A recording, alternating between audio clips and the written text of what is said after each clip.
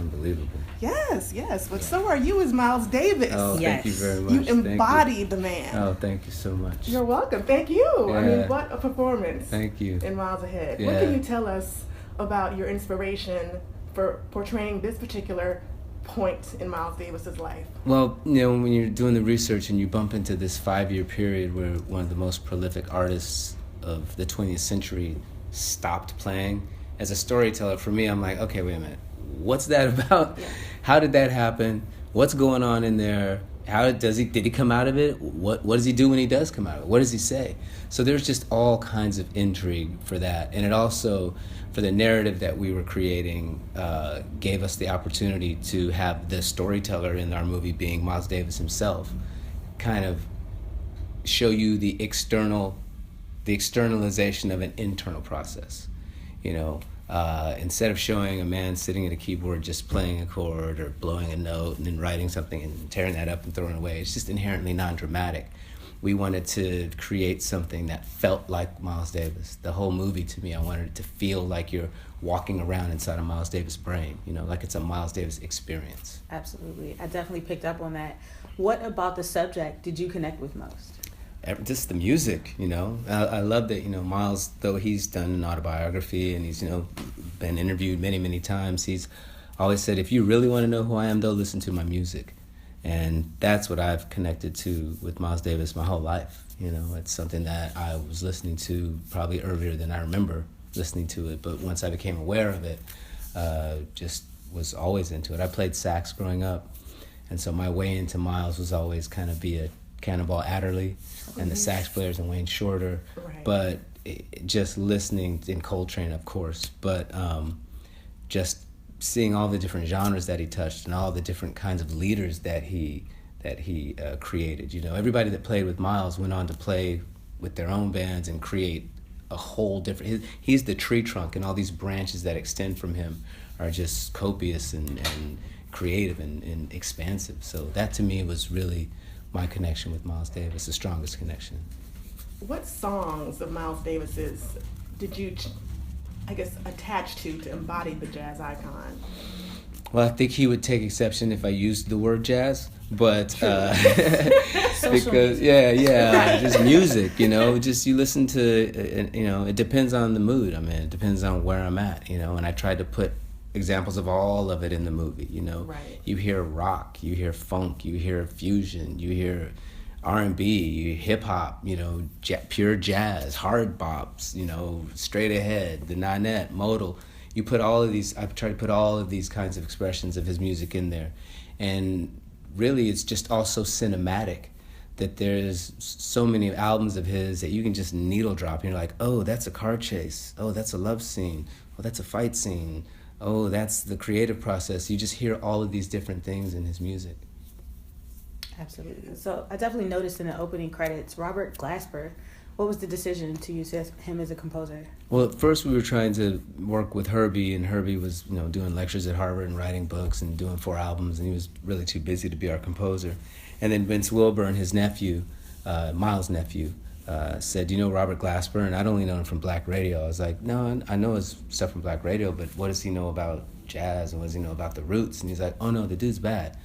And so I called Herbie and I said, hey, what do you know about Rob Glasper? And he's like, oh, I want to do something with Rob Glasper. And I went, okay, that was the stand. Co-sign. Yeah. We're good. And then I met with Rob. Actually, Rob was on tour, and I got on the phone with him, and we just started talking music, and he'd put the phone down and play stuff, and I'd go, wait, hold it, and I'd put the phone down, and I'd play stuff, or I'd play him a tune, and we just really built in that way. But then once he got to New York and we could actually get in the studio with each other, we composed the movie in about a week. Wow. That's really fast. That's fascinating. And now, you said that you played the saxophone growing up, but now for this role, you had to play the trumpet, That's obviously. Right. Mm-hmm. So, how did you switch gears, having not played the trumpet before this role, correct? Well, I had some experience with it. I'm in bands my whole life, and having the brass section sit behind me, by osmosis, you're picking up something, Right. But then you got to pick that thing up, and you're like, oh, I actually don't know shit. I just had heard you guys. It couldn't make sound out of it. When I did the Rat Pack, Sammy played trumpet, so I really wanted to nail the fingering, and that's when I started learning 3 valves, 52 notes, But once I knew I was going to do this movie, I picked it up and I started practicing and started playing. And, you know, I still play today. I played with the Roots a couple nights ago. That was so fun. That was awesome. But, it's just, it's something now that if I don't play every day, I kind of miss it. You know, I didn't think I was going to have this sort of attachment to the instrument, but I really love it. But it's just a very unforgiving, very demanding, very challenging instrument. But I did not want to go into this movie and not have a real relationship with this horn. Nice. And I've seen movies, and we've all seen movies where they're actors who are playing musicians, and you see them on the guitar, and they're going down when the notes are going up, or a piano, and they're going up and the notes are going down. You're like, I just couldn't do that. I didn't want to see that. So I wanted to, at some point in my development, be where Miles was at some point in his development. Now, maybe I only got to where he was when he was 10 or 12, but it mattered to me to be in process in the way that he was in process at some point. Well, we couldn't tell. You look like a natural. Well, I'm playing in the movie. I mean, we're not hearing my sound. We're going to have Miles when it's Miles, obviously, but I'm playing those solos, and I'm underneath that. If you were to turn down the Miles sound, it's Don under there doing it. You were quite authentic. I'm curious to know what the family thought once they saw the final piece, because you kind of looked like him. You definitely sounded like him.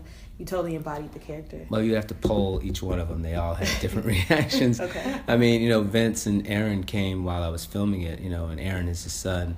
And, you know, I was staying in character, and I was kind of in the costume, and I said, you know, forgive me for talking to you in this way and approaching you in this way, but I can't jump in and out right now. I'm trying to be this dude and direct and everything. And Aaron was just looking at me sideways, and I'd say stuff, and he said, I gotta go, actually. He said, I can't be here. And he left, and, you know, I'd come over sometimes and to talk to Vince, and just tears would be streaming down his face. Wow. So that was heartening. You know, I mean, they were with me. They rode the ride all the way from beginning to the end. And like I said, there was a couple times when I had to, like, some come to Jesus moments and go, guys, look, we could do a story where we tried to click off every event of his life and, you know, give really short shrift to each one, and it would look like some movies that we've seen before, and we kind of would know where we were headed, and it'd be familiar territory. Or we can be like your uncle was, like your dad was, and like make this kind of gangster and make it kind of crazy and wild and inventive and feel like a whole experience, like you're walking around inside this man. I said, so you tell me which one you think he would want. And they're like, nah, do that one. Yeah.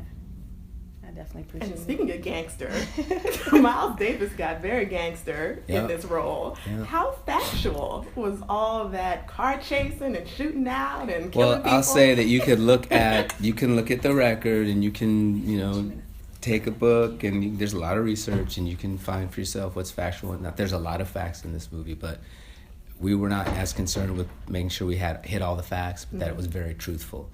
And, you know, Miles was shot in a drive-by. There was a secret recording that was done that people were trying to get, and that no one's ever heard, and was never released. And the record company was saying, hey, man, where is that, 5 years, what's up? Columbia did sign another trumpet player famously during this period where Miles was not playing, a young trumpet player, to sort of, fulfill that obligation, or fill that void that Miles had left. And absolutely did have a real relationship with Francis. We did what all biopics do, but we were just more honest about it, I think, which is say, we're going to create composite characters, we're going to get rid of people, we're going to tell a story in the way we want to tell it. Mm-hmm. We're not going to try to say this is based on a true story or anything like that. Right. In ours, a storyteller, being Miles Davis, corrects somebody who's trying to do it in a very didactic way and goes, shut up, I'm going to take this over. And he puts a horn to his lips and he plays, and that's what this movie is. So it's a composition, it's a man's creative take on his own life. All right, last question, if I could ask it. This was your directorial debut, correct? Mm-hmm. Thoughts, feelings about the process, and definitely the final product? Nerve-wracking, really, really intense, and I don't think I'll ever do it this way again. It's like my wife came to visit halfway through. We came, boom, she had to go do her own thing. She came back in the middle of it, and I had lost weight, and she could just see all the stress on me, and she's like, you can't do this again, not like this. Yeah. And I don't think it was necessarily, it was the only way I could do it, And 5 years ago, you know, I tried to give the directing away. I tried to do it in a different way because I anticipated. I've been on 500 sets. I knew what the job was ahead of me, or at least I thought I knew. But then once I was doing it, I was like, yeah, this is there's no way to live. You think it was the weight of the role, or it was the weight of everything? The duality. It was everything. You know, you're the captain of the ship.